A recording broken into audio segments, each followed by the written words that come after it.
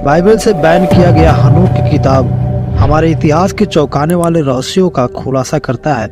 हनोक द्वारा लिखी गई किताब सभी मानव जाति के लिए एक चेतावनी के साथ शुरू होती है। हनोक के प्राचीन लेखन के अनुसार यह स्वर्ग के सभी खजानों का संरक्षक था, महादूतों का प्रधान और परमेश्वर के सिंहासन का तत्काल मंत्री था। आज की इस वीडियो में हम बात करेंगे आखिर इस किताब की ऐसी कौन सी बातें हैं जो मसीह लोगों को डराती है, जिसके कारण इसे बाइबल से बैन किया गया। इसको जानने के लिए पूरी वीडियो को जरूर देखें।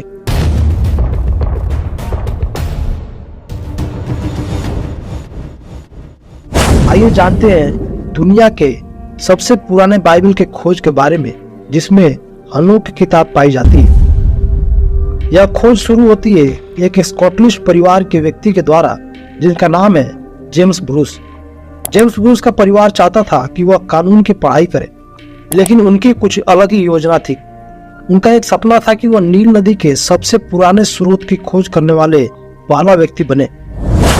ब्रूस ने कई साल तक अफ्रीका में अपने सपने को पूरा करते हुए बिताया और आखिरकार उन्होंने नील नदी के सबसे पुराने स्रोत को खोज लिया। लेकिन इसी बीच उसने कुछ और भी खोज किया जो बहुत ही खास था। इथियोपिया में रहते हुए ब्रूस ने एक पुरानी मैन्युस्क्रिप्ट देखी, यानी मानव द्वारा लिखावट, जो इथियोपियाई यहूदियों द्वारा उपयोग की जाने वाली प्राचीन गीज भाषा में लिखी गई थी। ब्रूस को बताया गया कि यह पुस्तक बाइबल है।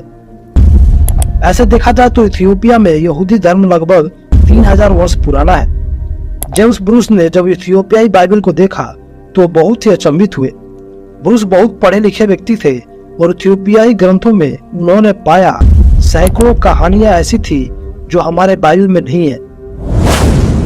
इथियोपियाई बाइबल में 81 पुस्तकें हैं। कैथोलिक बाइबल ने कुछ पुस्तकों को हटा दिया और इसमें केवल 73 पुस्तकें हैं। किंग जेम्स बाइबल में इसमें केवल 66 पुस्तकें हैं। ब्रूस को समझ नहीं आ रहा था कि आखिर ऐसा कैसे है कि पुराने बाइबल में इतना अधिक विवरण मौजूद है। जिन लोगों का आधुनिक बाइबल में केवल 1 या 2 बार वर्णन किया गया है, उनके पूरे जीवन, परिवार, उनके काम और दुष्टता को इथियोपियाई बाइबल में दर्ज किया गया है। जेम्स ब्रूस को यह समझ नहीं आ रहा था कि इथियोपियाई बाइबल के इतने सारे पुस्तकों को क्यों हटा दिया गया है, और तभी ब्रूस ने इसका कारण पाया। इथियोपियाई बाइबल को देखते समय उनका ध्यान हनोक की पुस्तक पर पड़ी। ब्रूस को पता था कि हनोक नूह का परदादा था, क्योंकि आज की आधुनिक बाइबल में कुछ ही जगहों पर इसके बारे में बताया गया है। लेकिन यहाँ इथियोपियाई बाइबल में हनोक का पूरा किताब था, जिसमें लगभग 108 चैप्टर है। अब ब्रूस को यह समझ आने लगा था कि आखिर क्यों दुनिया इस पुस्तक को छुपाना चाहती है, क्योंकि हनोक की पुस्तक में स्वर्ग को न केवल एक आध्यात्मिक स्थान के रूप में बल्कि एक भौतिक स्थान के रूप में वर्णन किया गया है, जहाँ मनुष्य को भी भौतिक रूप से जाना संभव है, जबकि आधुनिक बाइबल के अनुसार ऐसा संभव नहीं है। बिना मृत्यु के कोई भी स्वर्ग में प्रवेश नहीं कर सकता है। लेकिन हनोक ने ऐसा किया और जो कुछ भी उसने वहां देखा उसे लिख लिया। उसने स्वर्ग का वर्णन बादलों में तैरती काल्पनिक स्थान के रूप में नहीं किया, बल्कि आकाश में एक शहर के रूप में किया, जिसमें कई अलग अलग कमरे हैं, दीवारें चमकती रोशनी के रत्नों से ढकी हुई है और ईश्वर समान प्राणी अपने अपने काम कर रहे हैं। हनोक की पुस्तक तो कई साल पहले इतिहास से मानो गायब ही हो गई थी, लेकिन इसे 1772 में जेम्स ब्रूस द्वारा फिर से खोज किया गया। हनोक की पुस्तक निश्चय ही बहुत ही इंटरेस्टिंग थी, लेकिन इसे कई समुदाय के लोगों ने इनकार कर दिया और इसे बाइबल का भाग नहीं मानते। प्राचीन काल में हनोक की पुस्तक बहुत स्थानों पर पढ़ी जाती थी। इसकी लगभग 11 कॉपीज डेड सी स्क्रॉल्स में पाई गई थी, जो पूरी तरह से इथियोपियाई बाइबल के पुस्तकों से मेल खाती थी। हनोक ने अपने पुस्तक में बताया है कि वह स्वर्ग की ओर चढ़ जाता है और उसके साथ यूरियल नाम का एक प्राणी होता है। शायद एलिया की तरह ही हनोक को भी शारीरिक रूप में स्वर्ग ले जाया गया होगा और उसने जो कुछ वहां देखा उसे लिख लिया।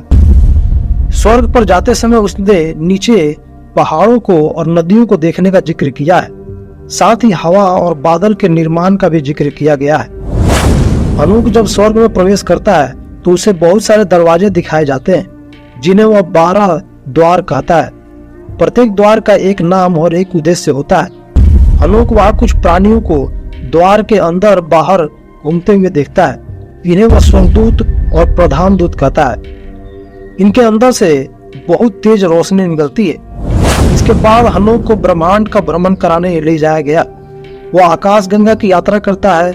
यूरियल हनोक को सौर मंडल के बारे में बताता है। उसने बताया कि पृथ्वी पर वर्ष की लंबाई 365 दिन होती है।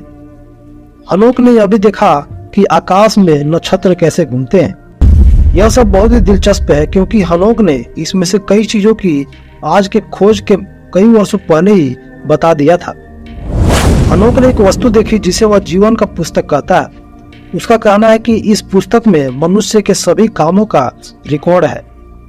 फिर आखिर में हनोक को परमेश्वर के सिंहासन के सामने लाया जाता है और वहां परमेश्वर हनोक को गिराए गए दूतों के रहस्य और मनुष्यों के अत्याचार के बारे में बताते हैं। परमेश्वर हनोक को अतीत, वर्तमान और भविष्य के दर्शन दिखाता है। तभी हनोक को समझ आता है कि उसे वहां क्यों बुलाया गया और उसे सब कुछ लिखने को क्यों बोला गया था। परमेश्वर को ऐसे व्यक्ति की आवश्यकता थी जो स्वर्ग और पृथ्वी की इन सारी गुप्त बातों को गवाह बने और जिसका शब्द पीढ़ियों तक बना रहे। परमेश्वर ने हनोक को चुना ताकि वह अपना संदेश स्वर्ग से गिराए गए दूतों और मनुष्यों तक पहुंचा सके। संसार की उत्पत्ति के समय में परमेश्वर ने कई स्वर्गदूतों को स्वर्ग से पृथ्वी पर गिरा दिया था। आमतौर पर स्वर्गदूतों को आध्यात्मिक प्राणी माना जाता है, लेकिन हनोक की पुस्तक में इन गिराए गए स्वर्गदूतों को विशाल शरीर वाले दानव जैसे भौतिक प्राणी के रूप में बताया गया है, जिनमें से कुछ के पंख भी है। इन्होंने इंसान को कई चीजें सिखाए, जैसे कि खेती करना, पौधे से दवा बनाना। इन्होंने इंसानों को खगोल विज्ञान भी सिखाया, जिसके बारे में प्राचीन ग्रंथ में, जिन पर हनोक की पुस्तक आधारित है, वर्णन किया गया है। हनोक अपने पुस्तक में बताते हैं कि इन गिराए गए दूतों को परमेश्वर द्वारा चेतावनी दी गई थी कि वह मनुष्यों को कुछ रहस्यमय बातें न बताए, लेकिन इन्होंने परमेश्वर की चेतावनी को इनकार किया और मनुष्यों को युद्ध करना, हथियार बनाना सिखा दिया। गिराए गए स्वर्गदूतों ने पृथ्वी के लोगों को पाप में बहकाया और जिसे चाहा उसे अपनी पत्नी बना लिया। और स्वर्गदूतों ने जो स्वर्ग की संतान है उन्हें देखा और उनकी लालसा की और एक दूसरे से कहा, आओ हम मनुष्यों में से अपने लिए स्त्रियां चुन ले। पहला हनोक अध्याय 6 उसका 2 पद। इन्हीं स्त्रियों से जन्म लिए हुए बच्चे बड़े होकर एक विशाल शरीर वाले दानव के रूप में बन गए, जिन्हें नफीली भी कहा जाता है। धीरे धीरे ये पृथ्वी पर बढ़ते गए और इंसानों को सताने लगे और इंसानों ने इनसे बदला लेने के लिए उनके जैसा ही निर्दयी और क्रूर बनने लगे, जिसके बाद पूरा पृथ्वी हत्या, लड़ाई और दुष्टता से भरने लगा। हनोक ने गिराए गए स्वर्गदूतों को और पूरे मानव जाति को चेतावनी दिया कि पश्चाताप करो, लेकिन सभी ने उसके चेतावनी को इनकार कर दिया। अय्यूब की किताब लिखे जाने से पहले ही हनोक ने अपनी पुस्तक में, जो यीशु मसीह के जन्म से 3000 साल पहले लिखी थी, एक शब्द का इस्तेमाल करता है, मनुष्य का पुत्र। इस शब्द का इस्तेमाल यीशु मसीह ने भी अपने आप के लिए बहुत बार उपयोग किया है और हनोक भी अपने पुस्तक में यीशु मसीह को मनुष्य के पुत्र के नाम से संबोधित कर रहा है। लेकिन अद्भुत बात यह है कि हनोक ने इसके कई साल पहले ही इस बात को लिख दिया था कि उसने मनुष्य के पुत्र के स्वरूप एक मनुष्य को देखा जो यीशु मसीह को संबोधित किया गया था। और यह भी एक कारण थियोलॉजिस्ट के द्वारा बताए जाते हैं कि हनोक की पुस्तक को यहूदी बाइबल के कैनन के अंदर इसीलिए शामिल नहीं किया गया क्योंकि हनोक की पुस्तक यीशु मसीह को ही यहूदियों का मसीह प्रमाणित कर देती है।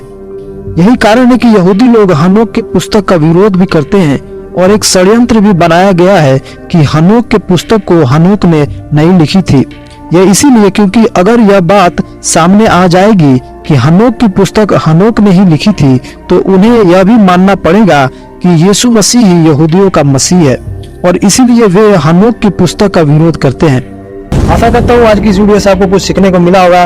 वीडियो को लाइक करें, अपने विचार हमें कमेंट करके जरूर बताएं और चैनल को सब्सक्राइब करना नहीं भूलें। फिर मिलते हैं अगले वीडियो में, तब तक के लिए धन्यवाद। जय मसीह की।